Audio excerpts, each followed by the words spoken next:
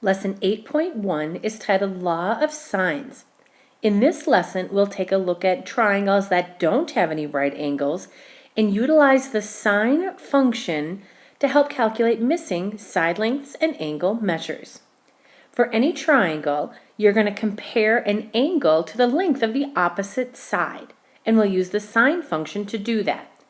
Notice in this triangle ABC, capital A, capital B, and capital C are all the angles, and directly across angle A is lowercase a. That's a side length.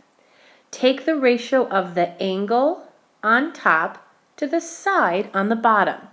That fraction or ratio is equivalent to any other comparison in that triangle, any other side lengths to angle measures, and you'll always use sine. To use this in a solving situation, you need to have two of the three ratios. So two of the three, we'll just call them fractions. And what you'll do is you'll cross multiply. Remember, when we're asked to solve, we always know three things about a triangle and we want to find the other three missing things. Therefore, if you have two of the fractions, you'd have four parts. You could find the missing part and go from there. Now, in this day one lesson, we'll work with applying the one triangle rule. One triangle will be possible if this is the given information that you have. If you know two angles and one non-included, or two angles and a side. So if you know two angles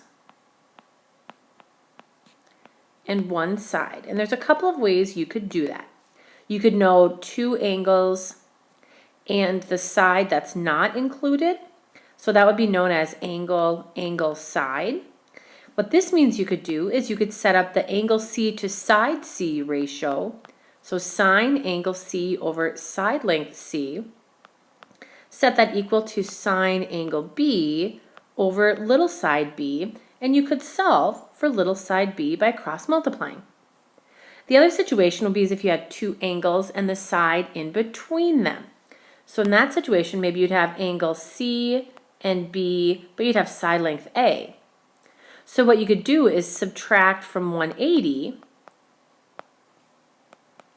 to get A, and that's one of our rules from 8.0, and then set up two of your three fractions and cross multiply. Grab a calculator, make sure it's in degree mode, and let's get started. We're asked to solve each triangle, which means we need to find all missing side lengths and angle measures. In the first triangle ABC, angle A is 30 degrees, angle C is 45, and side length A is 32. What I'm going to do is just label this lowercase a directly across angle B, that's lowercase b, and then C is lowercase c on that top part. Now, if we already know two of the three angles, we can find our missing angle pretty quickly by subtracting from 180. So if we do 180 minus 30 minus 45, angle B is going to equal 105 degrees. We'll need that in just a moment. Now to get the side lengths, we cannot do SOHCAHTOA unless there's a right triangle present. Here's where law of sines can come in and help us out. If we know angle A, and we know that directly across we have side A, and that was given, let's start with that ratio. Sine of 30 degrees over 32. That's sine angle A divided by side A. We were given angle C, that's 45 degrees, but we don't know side length C. So there's our two fractions. This is known as a proportion. If we cross multiply, again, we're not going to plug anything into our calculator until we get our side length solved for. Cross multiplying here means I'll take 32 times sine 45. The fractions go away when you cross multiply.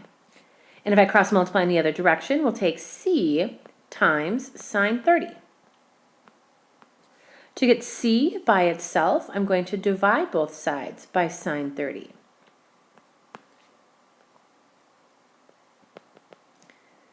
And the nice thing about this is you should be able to enter everything in at once on your calculator. So side length C to the nearest tenth. If you type in 32 times sine 45, you can either put that in parentheses or press enter, and then divided by sine 30, you should get side length C to be approximately 45.3. And that's a length, so we're not going to put a degree measure with that. So that's side length C. We know angle B. Now we need to get side length B. I'm going to keep the same start fraction because that was our given information. So we'll do one more proportion and cross multiply. Sine 30 over 32 is equal to sine B, which is 105, over lowercase b. And we just cross multiply again. Get lowercase b by itself and then enter it all in on your calculator. We would have 32 times sine 105 equals b times sine 30. Get b by itself.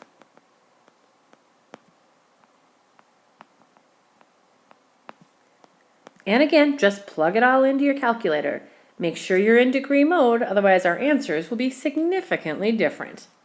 30 times sine 105 divided by sine 30 makes side length B approximately 61.8. Think about the rule I talked about at 8.0.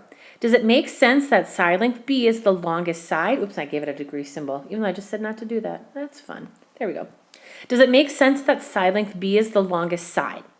It should. Angle B is definitely the biggest angle.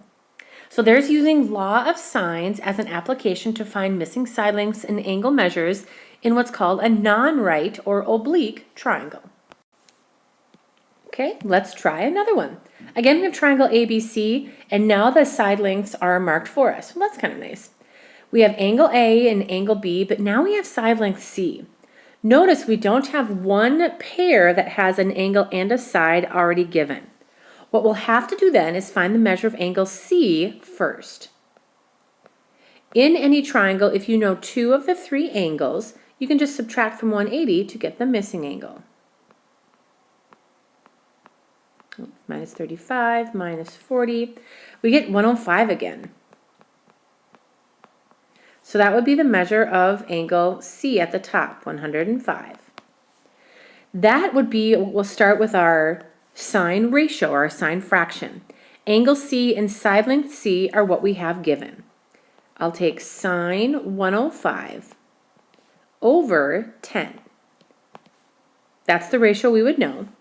To get angle A, or to get side length A, I'll just set that equal to sine 35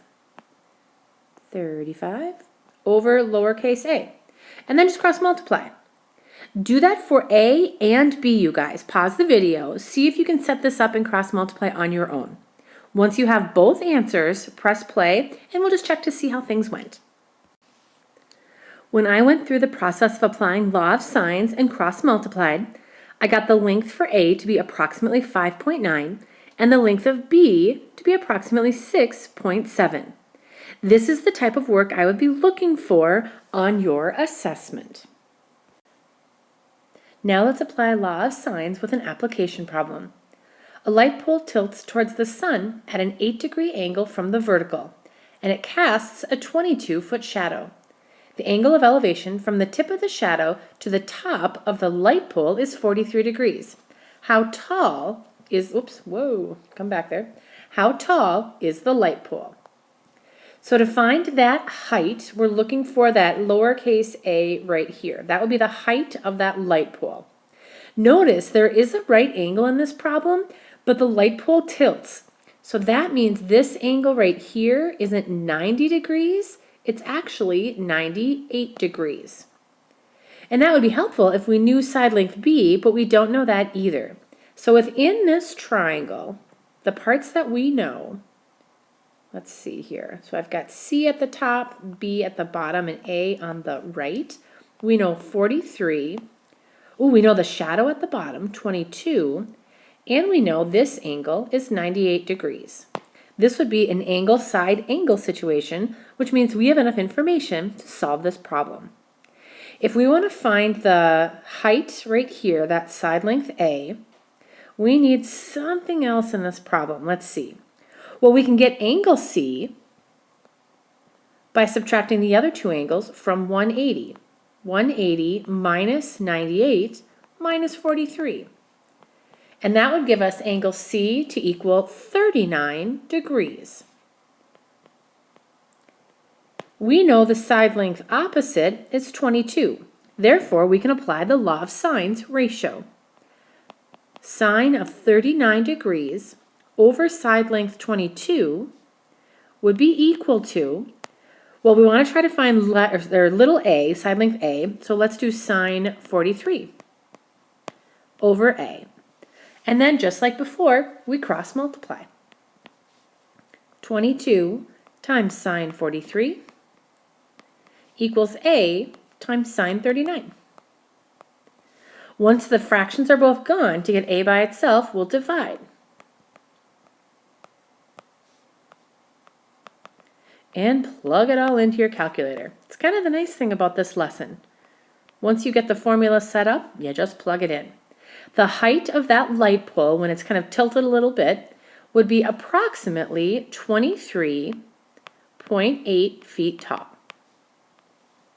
And that's our lesson for 8.1, day 1.